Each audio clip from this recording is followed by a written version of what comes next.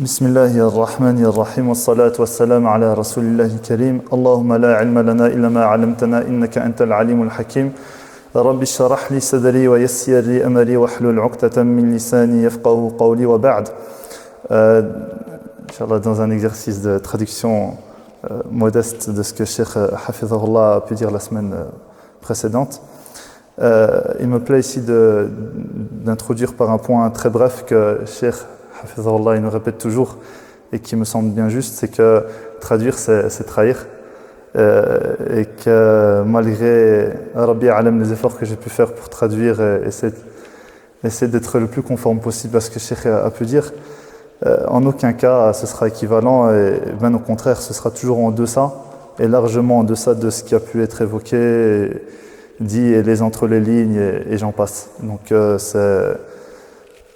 ce sera largement moins riche de ce qui a pu être évoqué et donc j'invite ici toute personne qui nous suive et qui se contente des traductions, que elles ne sont pas suffisantes et qu'à long terme il s'agirait de faire l'effort et de consacrer du temps qu'Allah nous a accordé pour apprendre la langue arabe et pouvoir se passer de tout intermédiaire et de partir à la source directement, parce que c'est celle-ci qui est profondément riche. Et c'est ce qui nous est demandé. Kitabun anzalnahu ilayka mubarakun yadabbaru ayatihi wa litadhakkara ulul albab. Ce livre-là n'a été révélé et que dans un but de méditation, pour qu'on puisse en méditer l'essence,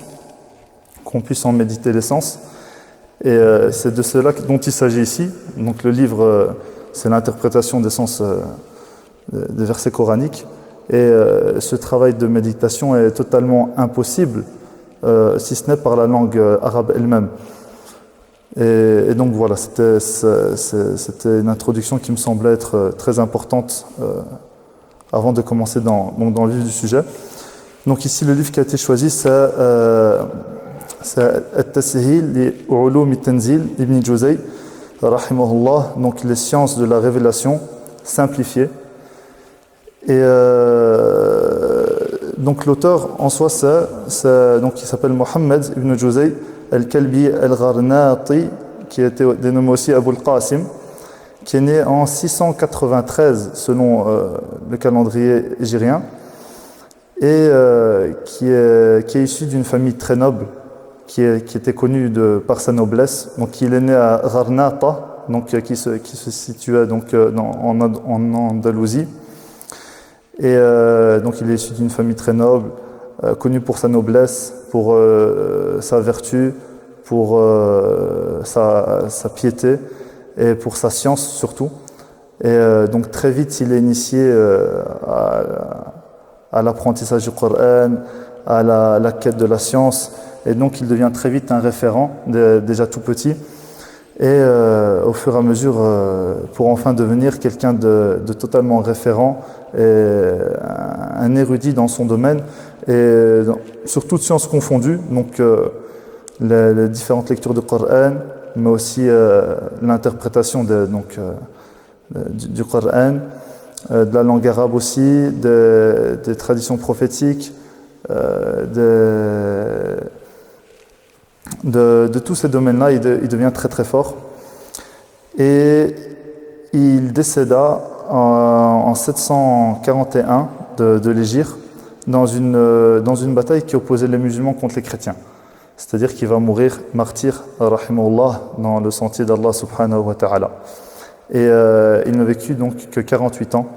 Et comme Cheikh Hafizahullah a pu l'exposer, 48 ans ça peut paraître peu, mais mashallah il a laissé une empreinte gigantesque derrière lui, et notamment tout un tas d'ouvrages qui sont très bénéfiques les uns comme les autres. Et parmi ces ouvrages, ceux-là que Cheikh a choisi pour nous, alors il n'a pas choisi pour nous de manière à tout hasard. Il a privilégié ce livre-là plutôt qu'à d'autres pour différents points qu'il a cités. Notamment le point le plus essentiel, c'est que l'auteur, rahimahullah, a veillé à être très concis dans ce qu'il a exposé. Donc il a fait un travail de concision, de réunir l'ensemble des informations qu'on peut trouver dans les exégèses d'autres auteurs. Il a essayé de tout réunir un maximum de choses dans un style concis, clair, précis, résumé. De manière à ce que même si le livre n'est pas volumineux, bien il contient toutes les richesses que d'autres tomes, des fois très volumineux, très laborieux, peuvent contenir. Et donc c'est rendu très accessible. Des fois, dans d'autres livres, il faut être des fois initié dans les sciences religieuses où il faut s'y connaître. Ben lui, il a pris tout ça, il a vulgarisé les choses de manière à ce que ça puisse être intelligible et compréhensible par les lecteurs. Donc vraiment un travail de réunissement, de concision et de manière donc vraiment il a résumé tout ça. Le deuxième point sur lequel il a beaucoup travaillé, c'est il a fait un travail de tri entre les différentes paroles qui ont été rapportées des différents savants donc dans l'exégèse du Coran. Et il a fait ce travail de tri. Donc, qu'est-ce qui était authentique, qu'est-ce qui ne l'était pas, qu'est-ce qui était véritable, qu'est-ce qui ne l'était pas, quelles étaient les paroles sur lesquelles il pouvait vraiment se baser. Eh bien, il a fait ce travail de tri pour ne garder que ce qui est véritable, authentique, donc sourcé et donc digne de confiance et sur lequel on peut totalement avoir confiance dessus. Et encore un dernier point pour lequel qui fait de ce livre-là sa particularité et surtout qui se distingue des autres, c'est aussi qu'il n'y a pas, à chaque fois qu'un verset fait allusion à une question juridique ou à une question juridique, mais à chaque fois il va l'éclaircir et il va donner les avis des différentes écoles par rapport à cela. Il va dire aussi quel est l'avis majoritaire, et des fois aussi même pour trancher entre les différents avis, des fois quelle est la source de la divergence, etc., etc. Donc c'est pour tous ces points et bien d'autres que ce livre-là déjà se distingue des autres livres de son style, et c'est pour ce point-là aussi que Cheikh Hafizahullah l'a privilégié pour nous et l'a choisi pour nous. Donc après ceci, pour entrer dans le vif du sujet, l'auteur va commencer par la première chose qu'on peut commencer lorsqu'on parle du Coran, à savoir l'isti'adha, la recherche du refuge auprès d'Allah subhanahu wa ta'ala du Satan, le maudit. Tout ça, il va l'exposer, il va le fragmenter, il va l'expliquer point par point, donc l'auteur. Et la première chose donc ça aussi c'est une pédagogie du livre en fait. À chaque fois qu'il va citer un point, il va dire les choses essentielles. Donc là en l'occurrence, l'isti'adha, il y a 10 points à connaître, 10 bénéfices, 10 choses à connaître. La prochaine fois, il va dire le basmala, il va dire 10 points à connaître aussi. Et à chaque fois dans tout le livre, c'est la pédagogie il va dire telle chose, il y a autant de choses à connaître dessus, etc. Donc là en l'occurrence, il y en a 10. Le premier point à savoir sur l'isti'adha, c'est qu'il y a 5 formulations reconnues, notifiées par rapport à cela. La première formulation, qui est la plus connue, A'udhu billahi minash shaytanir rajim, c'est celle que nous utilisons tous et qui est utilisée par les grands lecteurs de tout temps. Et c'est celle aussi qui est rapportée directement par le Coran.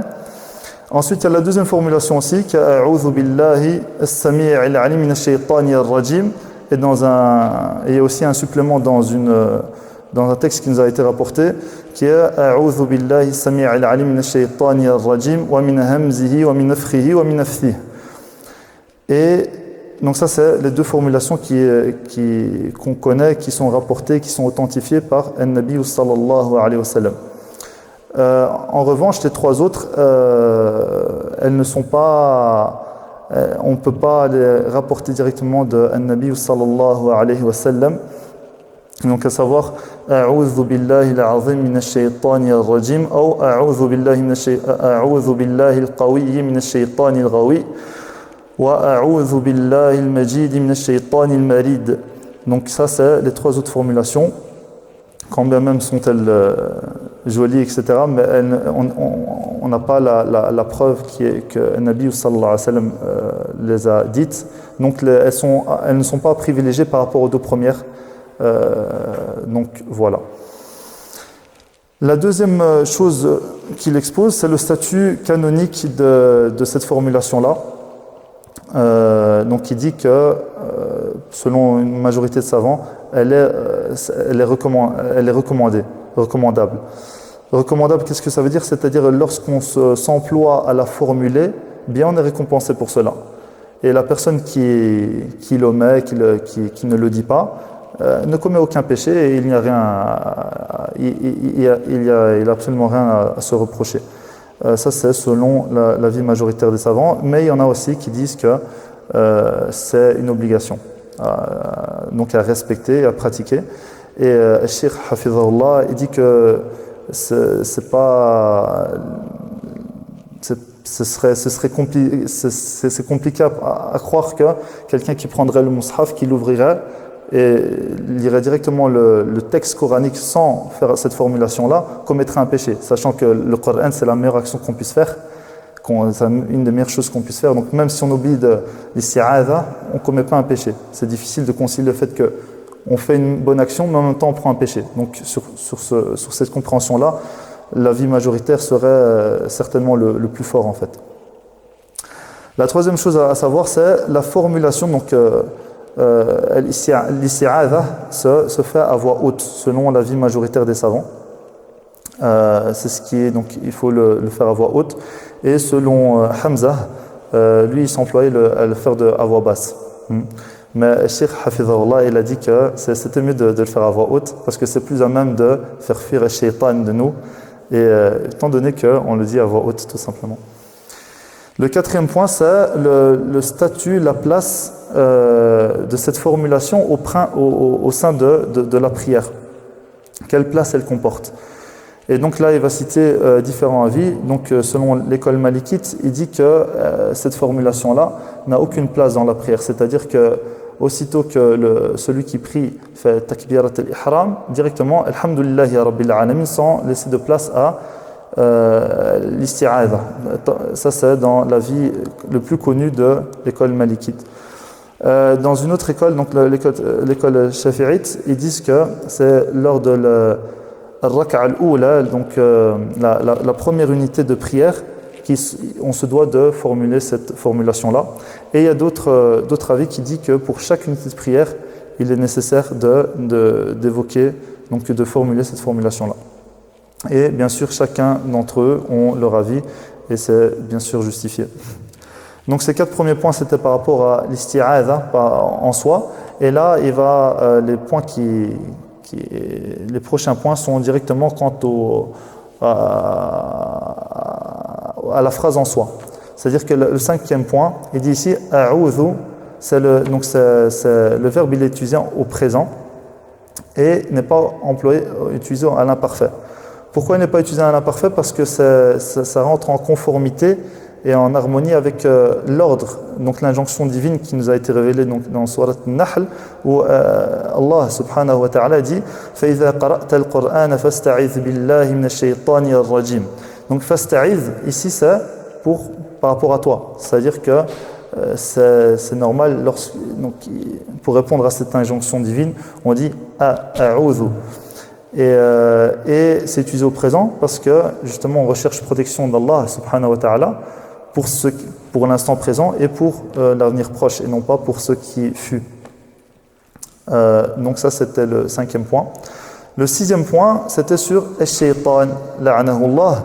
Il y a une divergence quant à al-shaytan. Est-ce qu'on parle de Iblis lui-même la'anahullah, ou est-ce qu'on parle de son genre, c'est-à-dire de Iblis et de ses descendants et de tous ces démons-là. Donc il y a ces deux compréhensions qu'on peut avoir. Et aussi, il a expliqué que shaytan, ça vient du verbe. Donc là aussi, il y a deux façons de pouvoir comprendre les choses. Ça pourrait venir premièrement du verbe shatana, qui voudrait dire ba'uda, donc c'est-à-dire éloigné, être loin d'une chose donnée, et que le ya ici donc de shaytan serait un supplément, quelque chose qui serait rajouté. Et dans cette compréhension là, ça voudrait dire qu'il serait dans le temps suivant, c'est-à-dire fa'al, et donc qui serait variable et que le dédoublement de la vocalisation, al-harakat, peut être autorisé. Donc on dirait shaytanun, shaytanin, shaytanan. Mais il y a aussi une autre façon de voir les choses. On pourrait dire que shaytan vient du verbe shata, donc haja, qui voudrait dire se brûler, prendre feu, s'enflammer. Et dans ce cas-là, se rapporterait autant fa'lan, qui donc lui rendrait invariable. Donc c'est deux façons de pouvoir saisir le mot shaytan et de connaître entre guillemets son étymologie. Le 7e point vient sur le mot ar-rajim, qui voudrait dire donc banni, être exclu, maudit. Et ce sens-là serait donc plus approprié pour Iblis, la'anahullah.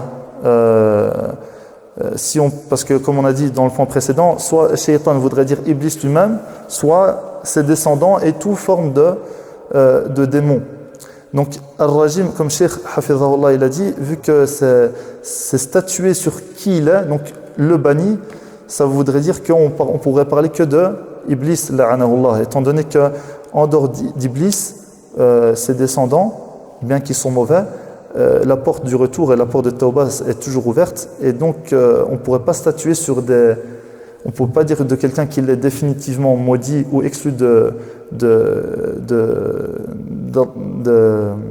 qui soit rejeté de Rahmatullah, sachant qu'il peut se repentir et revenir vers la droiture. Donc cet avis-là, donc Ar-Rajim, qui voudrait dire le banni, serait plus pour Iblis, la'anahullah.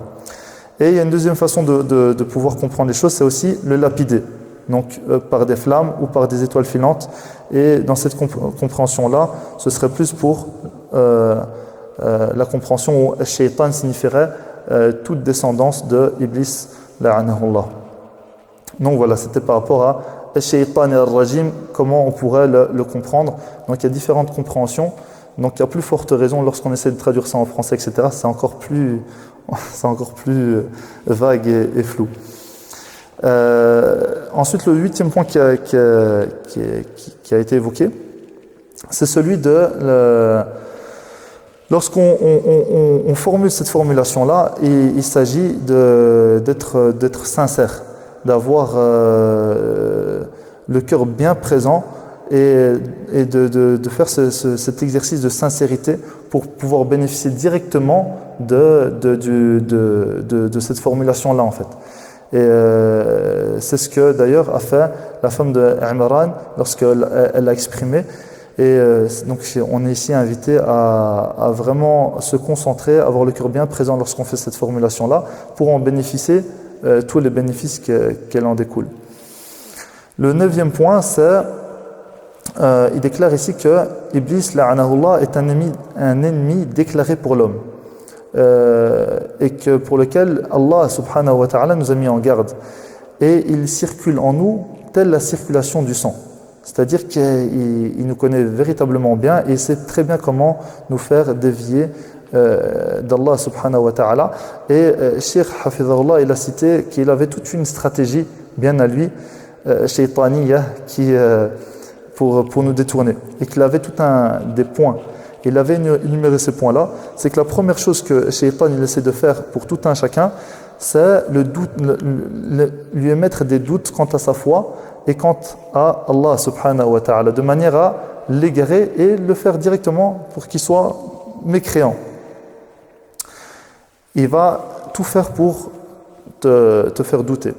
Il essaye jusqu'au moment où s'il n'y parvient pas, il va délaisser ce point-là et il va aller au point ultérieur qui est le fait de te rentrer dans des innovations. Il va essayer. S'il ne parvient pas, il va te faire rentrer dans des grands péchés. Il va essayer jusqu'à, s'il ne parvient toujours pas, bien il va se concentrer avec toi sur les petits péchés. Et déjà là, je pense qu'on fait tous partie de cette catégorie-là, donc des petits péchés.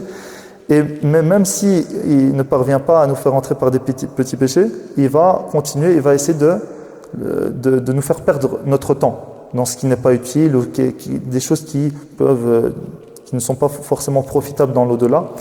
Et s'il ne parvient pas à nous faire perdre notre temps, la dernière stratégie qui est la sienne, c'est de faire perdre les valeurs de nos actions, notamment par la vanité ou l'ostentation, ou le fait d'être fier de soi-même par rapport à ce qu'on a fait, etc. Donc, il a tout un tas une procédure, une déontologie propre à lui pour nous égarer du sentier d'Allah subhanahu wa ta'ala et de détruire nos actions et de les rendre vaines.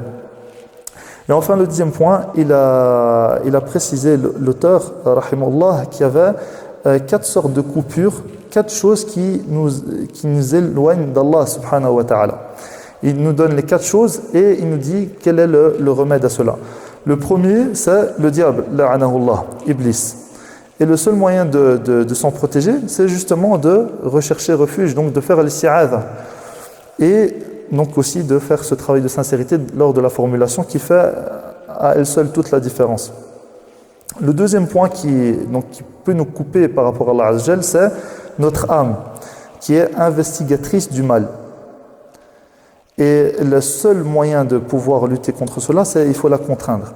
Il faut la contraindre afin qu'elle devienne obéissante et pour qu'elle puisse passer à le stade prochain qui est le stade de Al-Lawwama que Cheikh Hafidhullah nous avait cité. Donc c'est Al-Lawwama, c'est l'âme qui perpétuellement se blâme et se lamente. Pas se lamenter pour se lamenter tout simplement, mais se lamenter qui n'est pas satisfaite des actions qu'elle a fait par rapport à Allah Azza wa Jal. Et cette insatisfaction permanente l'amène toujours à se parfaire, à aller de l'avant, à se purifier et d'évoluer pour enfin atteindre la dernière des âmes qui est l'âme apaisée. An-nafsul mutma'innah, qui est celle qui est totalement apaisée et qui est tranquille, qui a la sérénité totale. La troisième forme de coupure, c'est ad-dunya et tout ce qu'elle peut receler. Et le seul moyen le remède qui nous indique, c'est l'ascétisme. Autrement dit, le délaissement et le renoncement de dunya. Et ici, Cheikh Hafidhullah, il dit que il ne faut pas comprendre l'ascétisme ou le zuhd comme le renoncement ou le délaissement. Ça ne veut pas dire ne pas bien s'habiller ou ne pas avoir de belles voitures ou ne pas. C'est une action qui vient du cœur. C'est-à-dire qu'il faut que ces choses-là, il faut que nous les possédions et qu'elles ne nous possèdent pas. Du moment que on parvient à qu'elles ne nous éloignent pas d'Allah subhanahu wa ta'ala. C'est ça qu'il faut. Mais en aucun cas, il n'y a aucun problème à posséder des choses et à être riche ou quoi que ce soit. Et enfin, la quatrième chose, c'est la quatrième forme de coupure qui puisse être possible, c'est les êtres humains. Et le seul remède à cela, c'est de privilégier la solitude au maximum. Bien sûr, au-delà des regroupements qui est nécessaire, comme salawat al-khams, le fait at-tarawih, etc., des choses pour lesquelles on sait très bien que le réunissement, le fait d'être avec les autres est meilleur. Mais en dehors de ces moments-là, il s'agit de rester le maximum avec soi-même, de ne pas trop fréquenter les gens, ce qui est plus à même justement de ne pas commettre des péchés, de ne pas parler sur les uns, sur les autres, etc. Et donc voilà, Allahu ta'ala alam, wa shakara Allah lakum.